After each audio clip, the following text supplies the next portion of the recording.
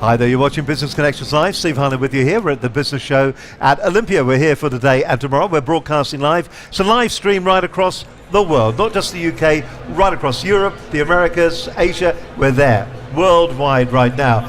And if you are, it's interesting because we get a lot of visitors to our website from China. Very interesting because it kind of shows you how universal it is when it comes to selling your business and what business is all about.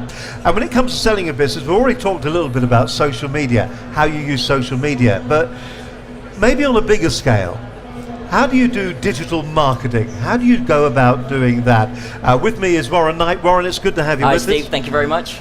Warren, when people hear the word digital marketing, I would imagine some of them actually switch off and they don't really understand what we're talking about. Yeah, it's very true. Just define digital marketing for me. Digital marketing is really about how a company can take their message, their story, and put it online. So there are various different ways that you can use digital marketing, one of them actually being through social media. And Brad very nicely put it earlier about getting your story out there, sharing that message. But then it's taking that layer deeper. So how do you actually then communicate once you've got somebody on board with you as a business? How can you get deeper and close with them to be able to share your message around your brand? And that can be done through email marketing. It can be done through various different forums and communities, or sending out a piece of advice around how they can actually come to and help grow their business. So it's just thinking about it from a digital perspective. What do you think the biggest mistake is when people approach digital marketing? Where do they go wrong? They go wrong by actually applying a strategy to digital marketing that isn't integrated into that whole marketing mix. So if you do something independently on social media, if it's standalone, it will fall alone. So it has to be included in the whole marketing mix. I mean, this is very much what the broadcasters are doing, isn't it, with the red button and everything, yeah. If there's a way of involving the audience. But how do you grow that audience? How do you go for that mass market? It's very, very difficult. Okay, we've got things like the autoresponders, Aweber, Yep. MailChimp, and all those kind of things. They're all sitting out there.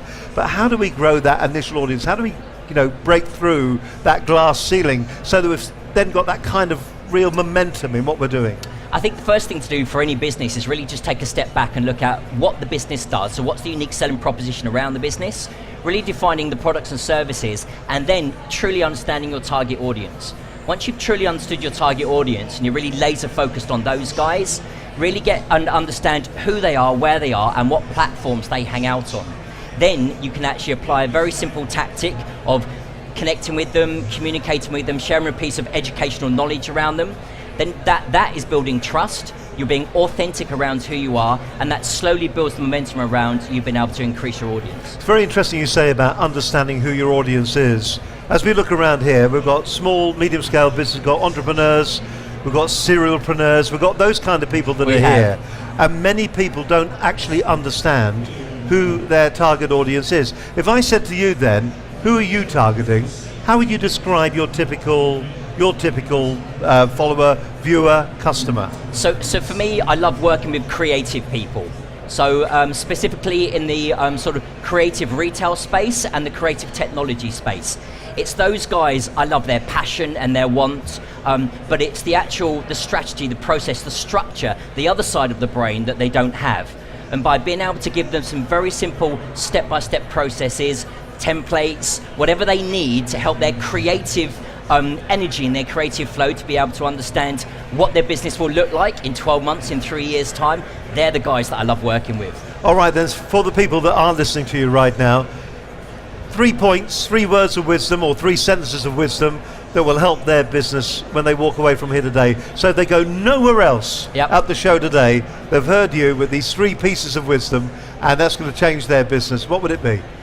Just get on and do it, being one of them. Stay brand consistent and think digital first. Warren Knight, thank you very much indeed. No problem at all. Thanks, Steve. But just before you go, we want to find out more about you. Where do we go? You can go to my website, warrenknight.co.uk, and come and follow me on Twitter, which is @WVRKnight. There, simple as that. Warren Knight, social media in 30 minutes and digital marketing. It really is as simple as that. Start doing it today. If you've been putting it off, if you don't have a clear structure in your mind's eye, you don't know which way you're going to be heading with it, sit back for a moment, write it down, work out who you're targeting and what you want to do. And if you want more advice, then visit Warren Knight, social media 30 minutes, digital marketing. Just go to his website or follow him on Twitter for more great advice.